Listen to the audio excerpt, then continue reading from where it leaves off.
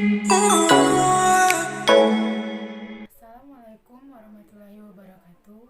Baiklah, sebelum membahas tentang materi yang saya akan sampaikan, perkenalkan, nama saya Hesti Puspitasari dari kelas 2C dengan NIM 2011290090 dari Prodi Tadris Bahasa Indonesia.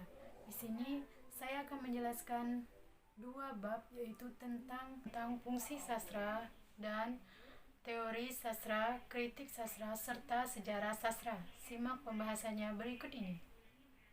Pada bab kali ini, saya akan menjelaskan tentang fungsi sastra serta teori, kritik, dan sejarah sastra. Simak penjelasannya berikut ini. Baiklah, langsung saja ke pembahasan yang pertama, yaitu tentang fungsi sastra. Dalam kehidupan masyarakat, sastra mempunyai beberapa fungsi, yaitu 1. Fungsi rekreatif, yaitu sastra dapat memberikan hiburan yang menyenangkan bagi penikmat atau pembacanya. Yang kedua, fungsi didaktif, yaitu sastra mampu mengarahkan atau mendidik pembacanya karena nilai-nilai kebenaran dan kebaikan yang terkandung di dalamnya. Fungsi yang selanjutnya yaitu fungsi estetis atau fungsi yang ketiga, yaitu sastra mampu memberikan keindahan bagi penikmat atau pembacanya karena sifatnya keindahan.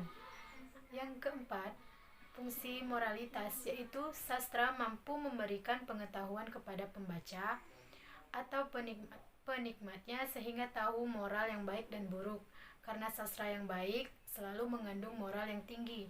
Dan yang terakhir, yang kelima, yaitu fungsi religius, yaitu sastra pun menghasilkan karya-karya yang mengandung ajaran agama yang dapat diteladani para penikmat atau pembaca sastra.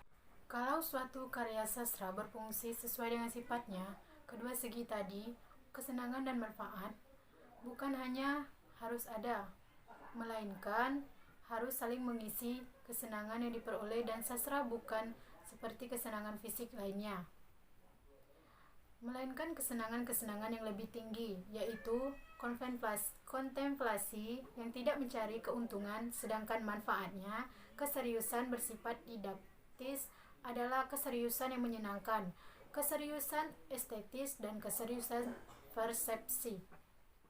Meskipun demikian, bisa saja seorang yang berpikir serba relatif mengatakan bahwa minatnya pada puisi tidak berdasarkan penilaian estetis, tapi secara pribadi, seperti halnya hobi main catur atau mengisi teka-teki silang. Sebaliknya, seorang pendidik bisa saja salah mencari keseriusan sastra, yaitu mencarinya pada keterangan sejarah atau ajaran moralnya. Pertanyaan mengenai fungsi sastra sudah muncul sejak dahulu di dunia barat, sejak Plato hingga sekarang. Ini bukan masalah yang diungkit oleh para penyair atau orang-orang yang suka puisi. Sebab untuk orang-orang ini meminjam kata-kata Ralph W. Emerson, "Beauty it is on cause for being." Masalah ini justru dikemukakan oleh para ahli moral, filsuf, negarawan, wakil dari sejumlah nilai atau penguasa nilai-nilai.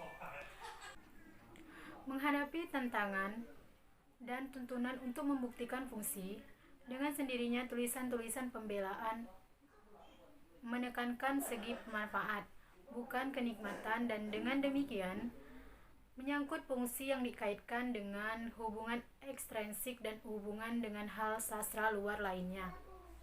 Tetapi sejak gerakan romantik, hubungan dengan hal-hal di luar sastra berani memberikan jawaban berbeda jika ditantang masyarakat, jawaban yang disebut A.C. Brandel, puisi untuk puisi. Dengan demikian, istilah fungsi lebih cocok dikaitkan dengan tulisan-tulisan yang bernada apologetik, membela, mencari, dan alasan. Dengan meminjam istilah mereka, baiklah kita katakan bahwa puisi mempunyai banyak kemungkinan fungsi.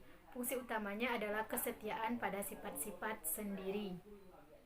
Baiklah, kita masuki materi pembahasan yang kedua, yaitu tentang teori, kritik, dan sejarah sastra. Baiklah, di sini saya akan menjelaskan tentang teori sastra, kritik sastra, serta sejarah sastra. Teori sastra adalah cabang ilmu sastra yang mempelajari tentang prinsip-prinsip, hukum, kategori, kriteria karya sastra yang membedakannya dengan yang bukan sastra. Secara umum dimaksud dengan teori adalah suatu sistem ilmiah atau pengetahuan sistematik yang menerapkan pola pengaturan hubungan antara gejala-gejala yang diamati. Teori berisi konsep atau uraian tentang hukum-hukum umum suatu objek, ilmu pengetahuan dari suatu titik pandang tertentu. Pembahasan selanjutnya mengenai kritik sastra. Kritik sastra juga bagian dari ilmu sastra.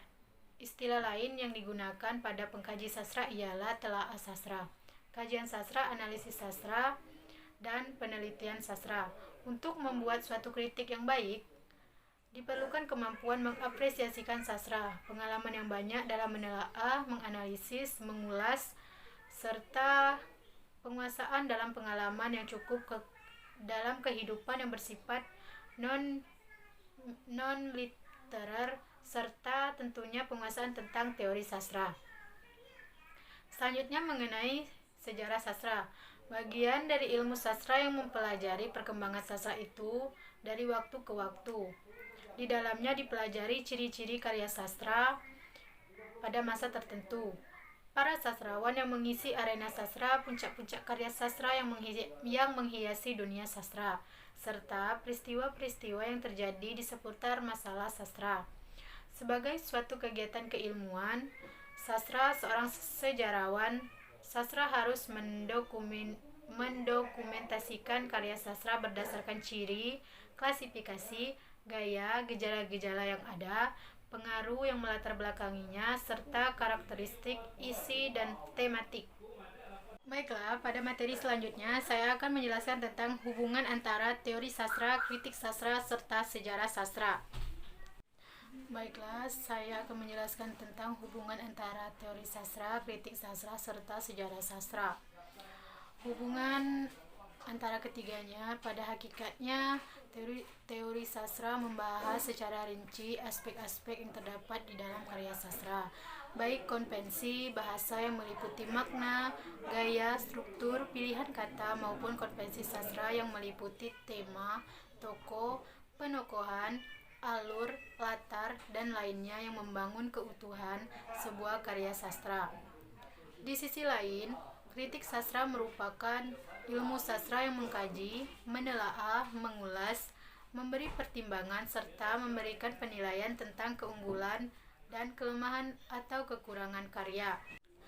Sasaran kerja kritikus sastra adalah penulis karya sastra dan sekaligus pembaca karya sastra. Untuk memberikan pertimbangan atas karya sastra, kritikus sastra bekerja sesuai dengan konvensi bahasa dan konvensi sastra yang melingkupi karya sastra. Demikian juga hubungan antara teori sastra dengan sejarah sastra.